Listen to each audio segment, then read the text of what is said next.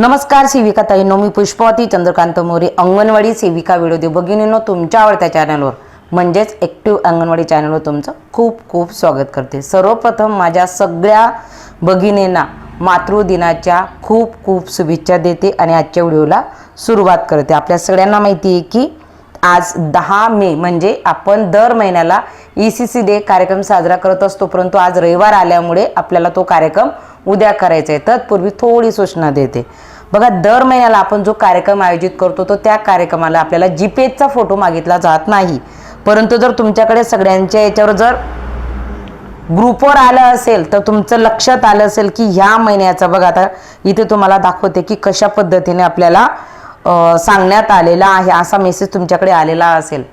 पण अजून एक सांगावं असं वाटतं की आज 10 मे येऊन गेली म्हणजे जे आपलं मानधन आहे ते अजून आपल्या खात्यावर जमा झालेलं नाही।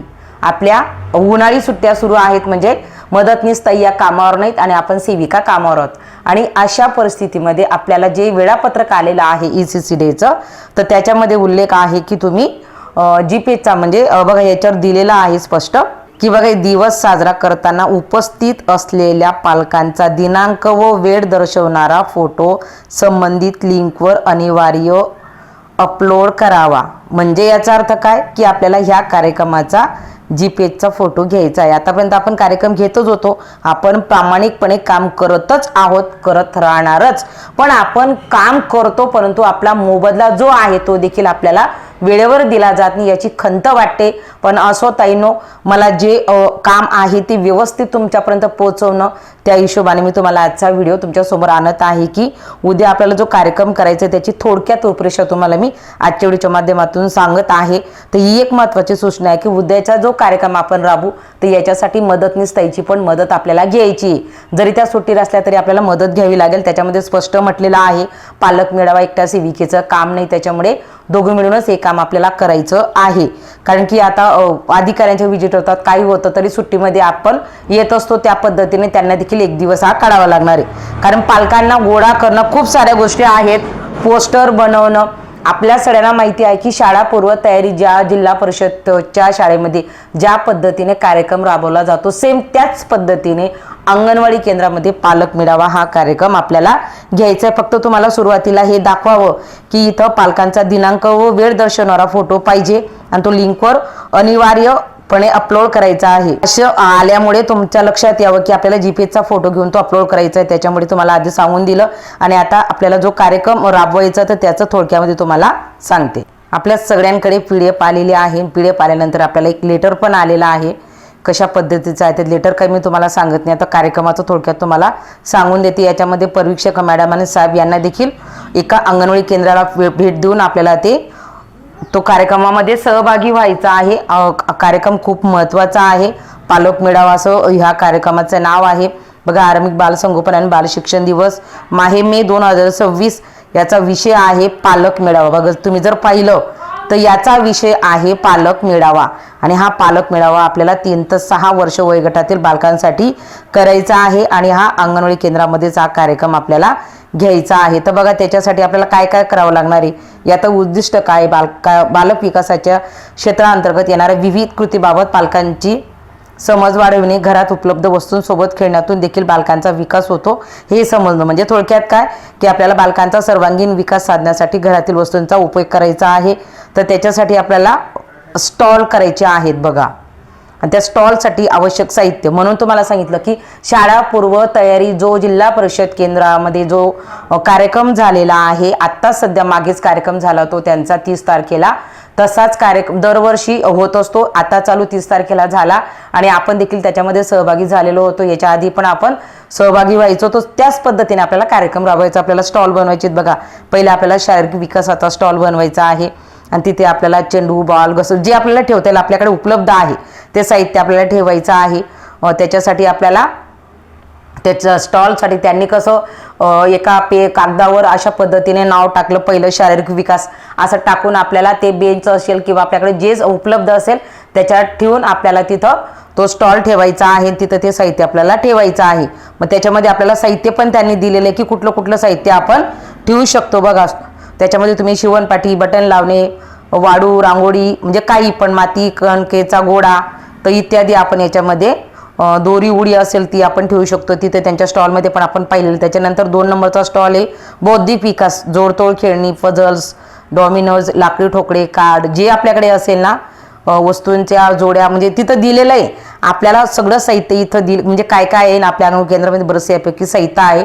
फक्त आपल्याला आज काय तयारी करून घ्यायची की आपल्याला ते जे नावं आहेत स्टॉलची ती लिहून घ्यायची आहेत आणि आपल्या मदतीने ताईला पाठवायचं आहे की आपल्याला ते जे पालक आहेत तर त्यांना आपल्याला सूचना उद्याच्या कार्यक्रमाची द्यायची आहे. त्याच्यानंतर गणितीय संकल्पना साहित्य याच्यासाठी देखील आपल्याला लहान मोठ्या वस्तू क्रमवारीता कार्ड म्हणजे आकाराची कार्ड जे आहे त्याच्यामध्ये आपल्याला उपलब्ध साहित्य ते ठेवायचे. ते स्टॉलचं नाव राहील. त्याच्यानंतर चौथा आहे परिसर, परिचय, विज्ञान, अनुभव हे ठेवायचे. याच्यामध्ये आपल्याला दगड, शंख, शिंपले, पाने, फुले, फुंकर म्हणजे आपल्याला जे जे उपलब्ध आहे ते आपण इथं दिलेलंच आहे त्याचं आपल्याला तेवढं साहित्य आपल्या स्टॉलवर उपलब्ध पाहिजे. त्याच्यानंतर 5 नंबर भाषा आणि साक्षरता विकास, इथं गोष्टीची पुस्तके, पपेट, फिंगर जे आपल्याला इथं दिलेले पुस्तके कार्ड ते आपल्याला ठेवायचे. त्याच्यानंतर 6 नंबर आहे सामाजिक, नैतिक आणि भावनिक विकास, याच्यामध्ये बाहुलीगौर, हसणारा, रडणारा आणि इत्यादी भावनांचे स्माईलचे कार्ड म्हणजे तसे कार्ड आपल्याला ठेवायचे. म्हणजे एक चित्र असेल त्याच्यावर एखादी रडकी मुलगी असेल, एक रडका मुलगा असेल, एक हसणारा असेल,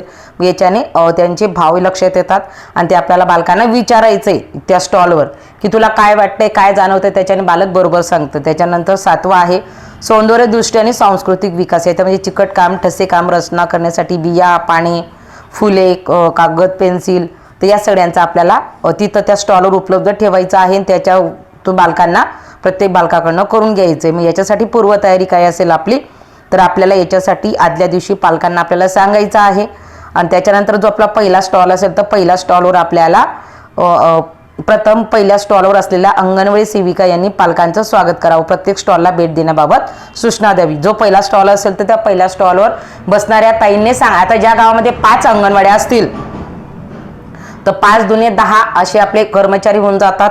जिथं 3 असतील 3 दुने 6. आता माझ्या गावामध्ये 3 अंगणवाड्या आहेत आमच्या, तर आमचे 6 लोक होतील. तर पहिल्या स्टॉलवर ज्या सेविका बसतील त्यांनी येणाऱ्या पालकांचं स्वागत करायचं आहे. त्याच्यानंतर उर्वरित स्टॉलकडे जाण्यासाठी त्यांना मार्गदर्शन करायचं आहे. तर जवळ यांनी ते याच्यात पण तसं दिलेलं आहे की अशा पद्धतीने एकत्र येऊन आपल्याला ते स्टॉल करायचे आहेत आणि प्रत्येक स्टॉलवर आपलं कशा पद्धतीने सेविका मदतनीस मिळून हे एक आपल्याला कार्यक्रम राबवायचा आहे. आणि त्याच पद्धतीनं आपल्याला बघा ICDS, युनिसेफ, महाराष्ट्र वेबसाईटवर अंकुर ॲपची ओळख करून द्यावी. बालकांची वाढ आणि विकास चांगला होण्यासाठी अंकुर ॲप किंवा वेबसाईटवरील कृती बघून त्याप्रमाणे घरी देखील मुलांच्या कृती करण्यास सांगावे पालकांना. तर हे देखील आपल्याला सांगायचं आहे अंकुर ॲप डाउनलोड करण्यासाठी.